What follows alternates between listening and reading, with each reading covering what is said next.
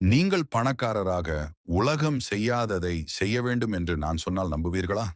ஏனெனில் அதுதான் உண்மை. பணத்தின் உலகம் தலைகீழாக செயல்படுகிறது. நீங்கள் எவ்வளவு அதிகமாக ஓடுகிறீர்களோ, அவ்வளவு பணம் உங்களிடமிருந்து விலகி ஓடும். நீங்கள் எவ்வளவு அதிகமாக சேமிக்க நினைக்கிறீர்களோ, அவ்வளவு அதிகமாக உங்கள் மனம் ஏழையாகிவிடும். அதனால்தான் ஆயிரக்கணக்கான ஆண்டுகளுக்கு முன்பு சாணக்கியர் ஒரு ஆழமான விஷயத்தை சொன்னார். கூட்டத்தை பின்தொடர்பவர் வாழ்நாள் முழுவதும் பின்னால் தான் இருப்பார். இப்போது இந்த கூட்டத்தில் யார் இருக்கிறார்கள் என்று யோசியுங்கள். 9 முதல் 5 வேலை செய்பவர்கள், ஒவ்வொரு மாதமும் சம்பளத்திற்காக காத்திருப்பவர்கள், சிறிய பணத்தை சேமித்து சேமித்து பணக்காரராகும் கனவு காண்பவர்கள். ஆனால் உண்மையான பணக்காரர் யார்? சிந்தனையை தலைகீழாக மாற்றியவர், பயத்தை பின்னுக்கு தள்ளியவர், சாதாரண சிந்தனையை உதைத்து தள்ளி தன் சொந்த வழிகளை உருவாக்கியவர்.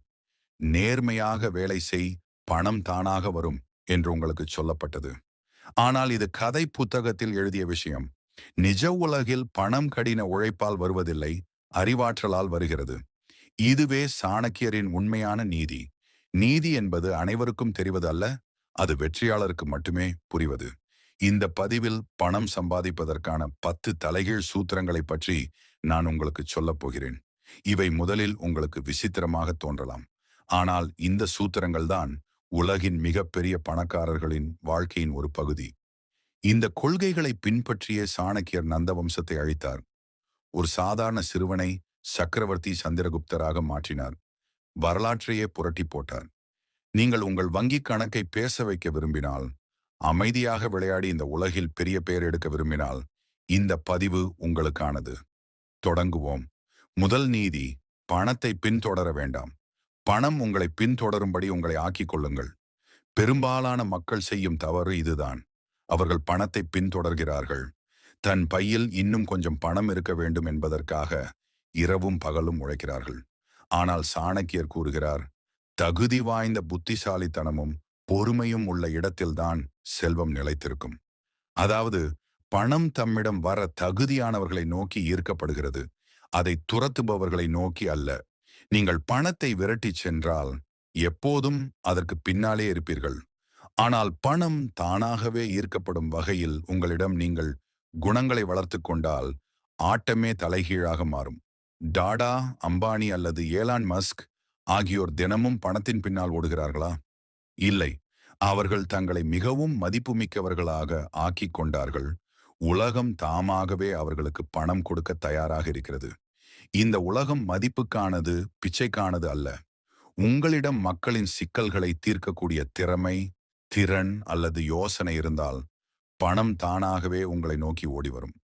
அரசனாக இருக்க முதலில் உங்கள் அறிவை அரசனது போல் ஆக்குங்கள். பின்னர் ஆட்சி தானாகவே உங்கள் காலடியில் வந்து விழும் என்று சாணக்கியர் சந்திரகுப்தருக்கு கற்றுக் கொடுத்தார். எனவே நண்பர்களே, பணத்தின் பின்னால் ஓடுவதை நிறுத்துங்கள். திறமைகளை கற்றுக்கொள்ளுங்கள். நேரத்தை சரியாக பயன்படுத்துங்கள்.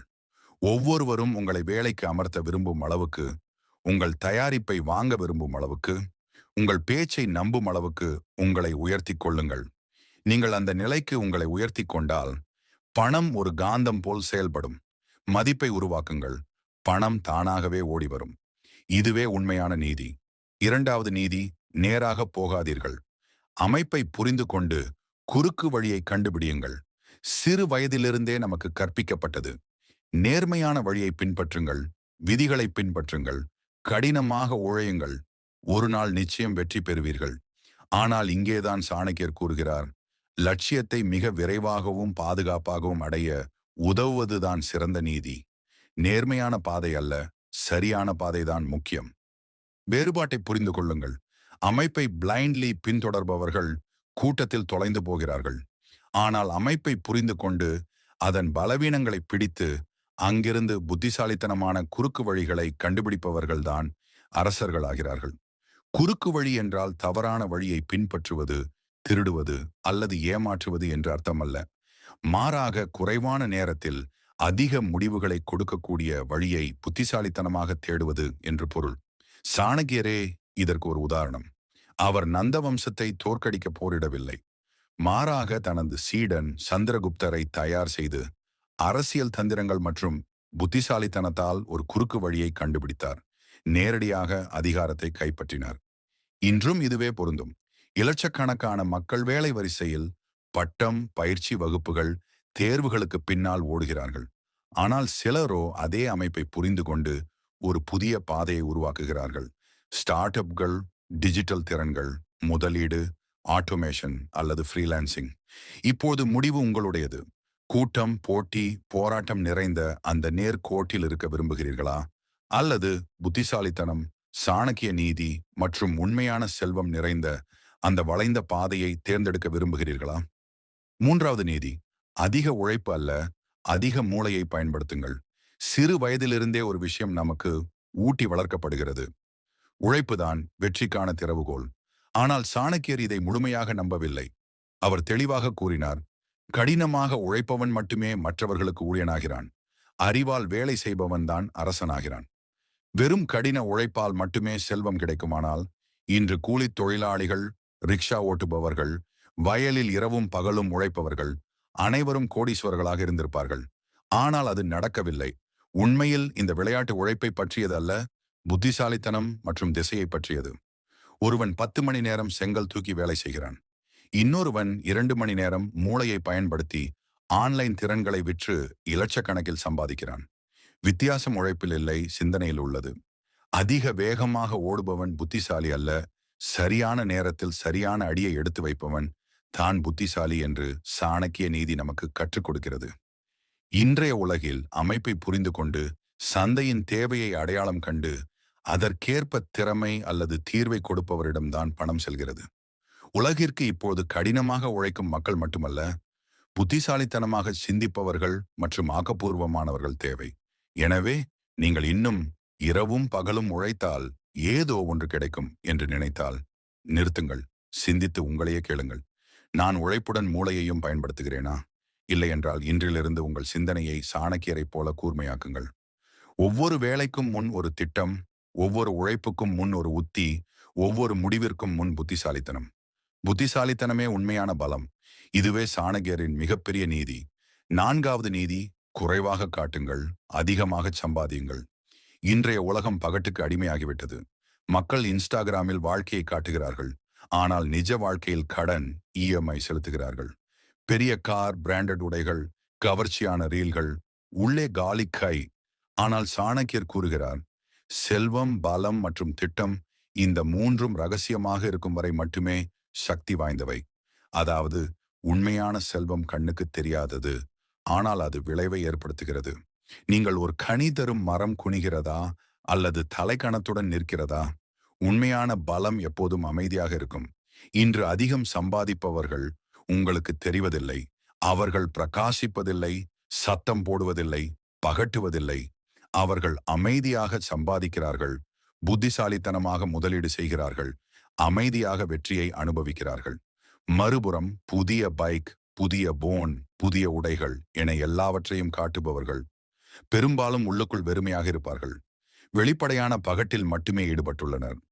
செல்வத்தை காண்பிப்பது முட்டாள்தனம், பணக்காரராவதற்கு மிகப்பெரிய தடையும் கூட என்கிறார் சாணக்கியர். உங்கள் பணம், உங்கள் நகர்வுகள், உங்கள் முன்னேற்றம் ஆகியவற்றை பற்றி நீங்கள் மௌனம் காக்கும்போது நீங்கள் பொறாமை மற்றும் எதிர்ப்பிலிருந்து தப்பிக்கிறீர்கள். உண்மையான ஆட்டத்தை கட்டுப்படுத்துகிறீர்கள்.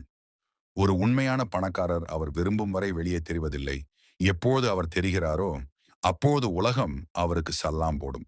குறைவாக தென்படுங்கள், அதிகமாக சம்பாதியுங்கள். இதுவே சாணக்கியரின் உண்மையான நகர்வு. ஐந்தாவது நீதி, அதிக நட்பு அல்ல, அதிக லாபத்தை பற்றி சிந்தியுங்கள். இது சற்று கசப்பான விஷயமாக இருக்கலாம். ஆனால் இதுதான் சாணக்கியர் வெகு காலத்துக்கு முன்னரே அறிந்த கசப்பான உண்மை. அவர் கூறினார், ஆபத்தில் உதவுபவனே நண்பன், மற்றவர்கள் அனைவரும் சுயநலவாதிகள்தான்.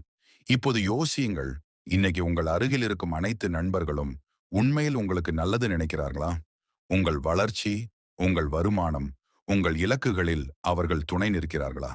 உண்மை என்னவென்றால், நீங்கள் மலிவான தேநீர், முட்டாள்தனமான பேச்சுக்கள் மற்றும் நேரத்தை வீணடிக்கும் போதுதான் பெரும்பாலான மக்கள் உங்கள் அருகில் இருப்பார்கள். ஆனால் நீங்கள் தீவிர வளர்ச்சி, பணம் சம்பாதித்தல், உங்களை மேம்படுத்துதல் மற்றும் உயரங்களை அடைதல் பற்றி பேசத் தொடங்கினால் இந்த மக்கள் விலகிச் செல்வார்கள் அல்லது கிண்டல் செய்வார்கள். இங்கேதான் சாணக்கியரின் இந்த நீதி வேலை செய்கிறது. அனைவருடனும் நட்பு கொள்ள வேண்டாம். அனைவரிடமிருந்தும் லாபம் பெறும் கலையை கற்றுக்கொள்ளுங்கள். இதன் பொருள் நீங்கள் சுயநலவாதி ஆக வேண்டும் என்பதல்ல. நீங்கள் முட்டாளாக இருக்கக்கூடாது என்பதே இதன் பொருள். உங்கள் நேரம், உங்கள் ஆற்றல், உங்கள் மனநிலை, இவை அனைத்தும் மிகவும் விலைமதிப்பற்றவை. இவை உங்களை மேலே இழுக்கும் மக்கள் மீது மட்டுமே செலவிடப்பட வேண்டும். கீழே இழுப்பவர்கள் மீது அல்ல. வெற்றிகரமான மக்கள் நண்பர்களை தேர்ந்தெடுப்பதில்லை.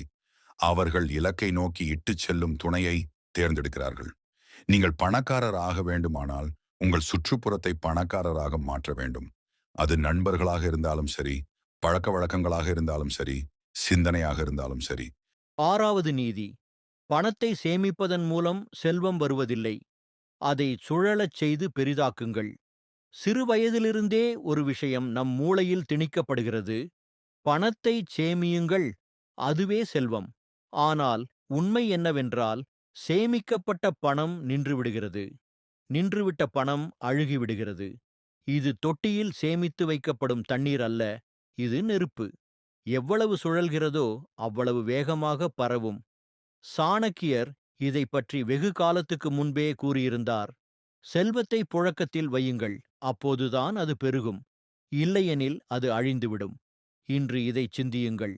மக்கள் பணத்தை சேமிக்கிறார்கள், எஃப்டியில் போடுகிறார்கள் அல்லது வங்கிக் கணக்கில் வைத்திருப்பார்கள். இதற்கிடையில் பணவீக்கம் ஒவ்வொரு ஆண்டும் அந்த பணத்தின் மதிப்பை குறைக்கிறது.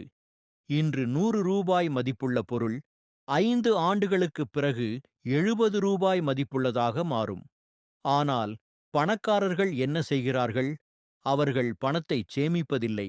முதலீடு செய்கிறார்கள். வியாபாரத்தில், புதிய யோசனைகளில், திறமைகளில், பங்குச் சந்தையில், சொத்தில். அதாவது, நீங்கள் பணத்தை சுழற்றும்போது அது வேலை செய்கிறது. பணத்தைச் சுழற்றுபவர் கூட்டு வட்டியின் எஜமானராகி விடுகிறார். பணம் வங்கிக் கணக்கில் சும்மா கிடக்கும் வரை அது ஏழையாகவே இருக்கும். அது சுழலத் தொடங்கியவுடன் அது புதிய பணத்தை பெற்றெடுக்கிறது. ஏழைக்கும் பணக்காரனுக்கும் உள்ள வித்தியாசத்தைப் பாருங்கள். ஏழை பணத்தை கையாளுவான், பணக்காரன் பணத்தைச் சுழற்றுவான். நீங்களும் பயந்து அதை மறைத்து வைக்கப் போகிறீர்களா, அல்லது புத்திசாலித்தனமாக அதை பல மடங்கு ஆக்கப் போகிறீர்களா என்பதை நீங்கள் தீர்மானிக்க வேண்டும். செல்வம் என்பது மேலும் செல்வத்தைக் கொண்டு வருவது. மற்றதெல்லாம் வெறும் மாயை என்கிறார் சாணக்கியர். எனவே நண்பரே, பணத்தைச் சேமிக்கும் பழக்கத்தை விட்டுவிட்டு, அரசன் தனது படையை செலுத்துவது போல பணத்தைச் செலுத்தக் கற்றுக்கொள்ளுங்கள். அப்பொழுதுதான் உண்மையான செல்வம் வரும். 7வது நீதி. உங்கள் அஸ்திரத்தை எல்லோரிடமும் சொல்லாதீர்கள். சாணக்கியர் கூறுகிறார், தன் உத்தியை எல்லோரிடமும் திறந்து காட்டுபவன் தானே தன் தோல்விக்குத் தயாராகிறான். உலகில் உள்ள மிகப்பெரிய ஆபத்து உங்கள் நகர்வுகளை வெளிப்படுத்துவதுதான். உங்கள் திட்டத்தை நீங்கள் அனைவரிடமும் வைக்கும்போது, மக்கள் ஒன்று உங்களை தடுத்து நிறுத்துவார்கள் அல்லது உங்கள் நன்மைகளை பயன்படுத்திக் கொள்வார்கள். உங்கள் அட்டைகள் அனைத்தையும் எல்லோரிடமும் காட்டும் வீரராக இருக்க விரும்புகிறீர்களா, அல்லது அமைதியாக நகர்ந்து அனைவரையும் ஆச்சரியப்படுத்தும் வீரராக இருக்க விரும்புகிறீர்களா? உண்மையான வீரர்கள் தங்கள் நகர்வுகளை ரகசியமாக வைத்திருக்கிறார்கள். சரியான நேரம் வரும்போதுதான் அந்த நகர்வுகளை காட்டுகிறார்கள். சாணக்கியரின் அரசியலில் இதுவே மிகப்பெரிய பலமாக இருந்தது. அவர் தனது திட்டங்களை மற்றவர்களிடம் ஒருபோதும் முழுமையாகச் சொல்லவில்லை.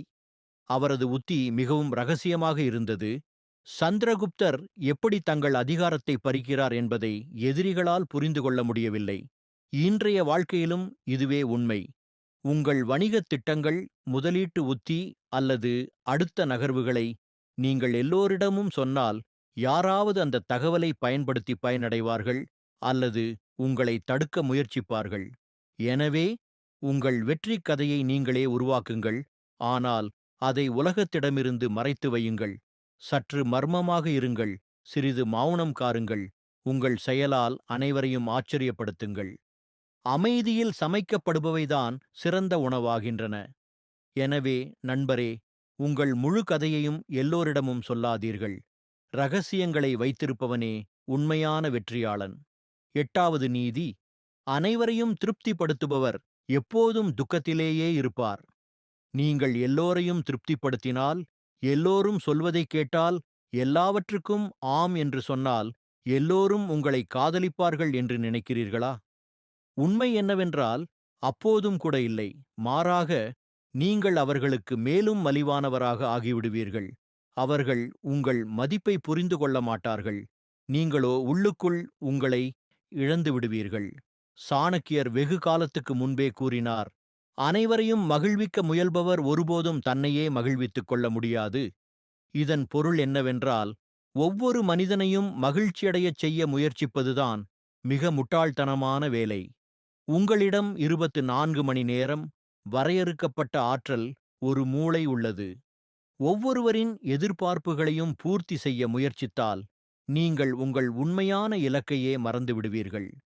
இதுதான் பொதுவான மக்கள் செய்யும் தவறு.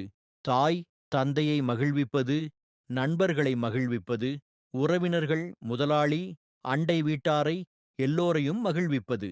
இறுதியில் அவர்கள் சோர்வு, உடைவு, விரக்தி ஆகியவற்றில் வாழ்கிறார்கள். ஆனால் பணக்கார, வெற்றிகரமான மற்றும் புத்திசாலித்தனமான மக்கள் என்ன செய்கிறார்கள்? இல்லை என்று சொல்வதும் ஒரு கலை என்று அவர்களுக்குத் தெரியும். தங்கள் வளர்ச்சிக்கு தடையாக இருக்கும் விஷயங்களுக்கு அவர்கள் பயமின்றி இல்லை என்று சொல்கிறார்கள். ஒவ்வொருவரும் உங்கள் நலத்தை விரும்பவில்லை என்று சாணக்கியர் விளக்கினார். சிலர் தங்கள் சொந்த நலன்களை மட்டுமே பார்க்கிறார்கள். எனவே நீங்கள் உண்மையில் முன்னேற விரும்பினால் மக்களை மகிழ்விக்கும் நோயிலிருந்து வெளியே வாருங்கள். உங்கள் இலக்கு அனைவரையும் மகிழ்விப்பது அல்ல. ஒரு நாள் அதே மக்கள் உங்கள் பின்னால் நிற்க வேண்டும். அந்த அளவுக்கு உங்களை வெற்றியாளராக ஆக்குவதே உங்கள் இலக்கு. தமக்கு உண்மையாக இருப்பவரே மிகப்பெரிய வெற்றியாளராகிறார். இதுவே சாணக்கியரின் உண்மையான நீதி. 9வது நீதி, தவறுகளிலிருந்து ஓடாதீர்கள், கற்றுக்கொள்ளுங்கள், மீண்டும் செய்யாதீர்கள். தவறு செய்வது குற்றமல்ல. ஆனால் அதே தவறை மீண்டும் மீண்டும் செய்வது முட்டாள்தனம். சாணக்கியர் இந்த விஷயத்தை வெகு காலத்துக்கு முன்பே புரிந்துகொண்டு உலகிற்கு விளக்கினார். அவர் கூறினார், முட்டாள் என்பவன் அதே தவறை மீண்டும் செய்து அதிலிருந்து கற்காமல் ஓடுகிறவன்தான். வாழ்க்கை என்பதெல்லாம் முன்பே எழுதப்பட்டிருக்கும் புத்தகம் அல்ல. இது ஒரு நிகழ்நேர விளையாட்டு. இங்கு நீங்கள் முடிவுகளை எடுக்க வேண்டும். அந்த முடிவுகளால் தவறுகளும் ஏற்படலாம். ஆனால் இங்கே 2 வகையான மக்கள் உள்ளனர். முதல் வகையானவர்கள் தவறு நடந்தால் பயந்து விடுகிறார்கள், குற்ற உணர்ச்சியில் வாழ்கிறார்கள், தங்களை தவறாக நினைக்கிறார்கள், நின்று விடுகிறார்கள். 2வது வகையானவர்கள் தவறுகளை அலசி புரிந்துகொண்டு அடுத்த முறை அதே தவறை மீண்டும் செய்ய மாட்டார்கள். வெற்றிகரமான மக்கள் எந்த பிரிவில் வருகிறார்கள் என்று நீங்களே யோசியுங்கள். 10வது மற்றும் இறுதி நீதி, ரிஸ்க் எடுக்க பயப்பட வேண்டாம். உண்மையான பணம் அங்குதான் உள்ளது. எல்லாம் பாதுகாப்பாக ஆன பிறகுதான் ஒரு பெரிய அடியை எடுத்து வைப்பேன் என்று நீங்கள் காத்திருந்தால் நீங்கள் ஒருபோதும் எதையும் பெரிதாகச் சாதிக்க முடியாது என்பதே உண்மை. ஏனெனில் இடர் மற்றும் வெகுமதி ஒரே நாணயத்தின் 2 பக்கங்கள். சாணக்கியர் கூறினார், ஆபத்துக்கு பயப்படுபவன் ஒருபோதும் சிறந்தவனாக ஆக முடியாது. இந்த விஷயத்தை கவனமாக புரிந்து கொள்ளுங்கள். செல்வம், பெரிய வணிகம், வரலாறு அனைத்தும் ஆபத்தால் நிறைந்தது. சந்திரகுப்தரை அரசனாக ஆக்குவது சிறிய இடர் அல்ல. நந்த வம்சத்துடன் மோதுவது மரணத்தை வரவழைப்பது போன்றது. ஆனால் சாணக்கியர் இடர் எடுத்தார், சிந்தித்து, உத்தியுடன். இன்றும் இதுதான் நடக்கிறது. இடர் எடுக்காதவர்கள் பாதுகாப்பான வேலையில் சிக்கித் தவிக்கிறார்கள். சிறிய வருமானம் தரும் முதலீடுகளில் குழப்பமடைகிறார்கள். ஒவ்வொரு அடியிலும் பயப்படுகிறார்கள். நஷ்டம் ஏற்பட்டால் என்ன செய்வது? மக்கள் சிரித்தால் என்ன செய்வது? எல்லாம் கெட்டுப்போனால் என்ன செய்வது? இந்த அச்சத்தில் அவர்களின் மிகப்பெரிய சொத்தான நேரம் வீணாகிறது. மறுபுறம் கணக்கிடப்பட்ட இடர்களை எடுப்பவர்கள் ஒன்று கற்கிறார்கள் அல்லது வெற்றி பெறுகிறார்கள். தோல்வியிலும் கூட பயனடைகிறார்கள். ஏனெனில் அவர்களின் மூளை அடுத்த நிலையில் சிந்திக்கிறது. இடர் எடுப்பது என்றால் பைத்தியக்காரத்தனம் அல்ல, மாறாக புத்திசாலித்தனமாக புதிய வழிகளை பின்பற்றுவது என்று அர்த்தம். நீங்கள் பணக்காரராக வேண்டுமானால் ஒரே ஒரு வழிதான் உள்ளது. சௌகரியமான வட்டத்திலிருந்து வெளியே வாருங்கள். எந்த ஒரு பெரிய மனிதரும், அவர் தொழிலதிபராக இருந்தாலும் சரி, தலைவராக இருந்தாலும் சரி, முதலீட்டாளராக இருந்தாலும் சரி, ஒரு கட்டத்தில் இடர் எடுத்தே ஆக வேண்டியுள்ளது. எனவே, அடுத்த முறை உங்கள் மனம் வேண்டாம், பயமாக இருக்கிறது என்று சொல்லும்போது, அமைதியாகச் சிரித்துச் சொல்லுங்கள், இதுதான் உண்மையான இடம். இங்குதான் பணம் ஒளிந்திருக்கிறது. மேலும் சாணக்கியரைப் போல கூர்மையான புத்தியுடனும் உறுதியான நோக்கங்களுடனும் முன்னேறுங்கள்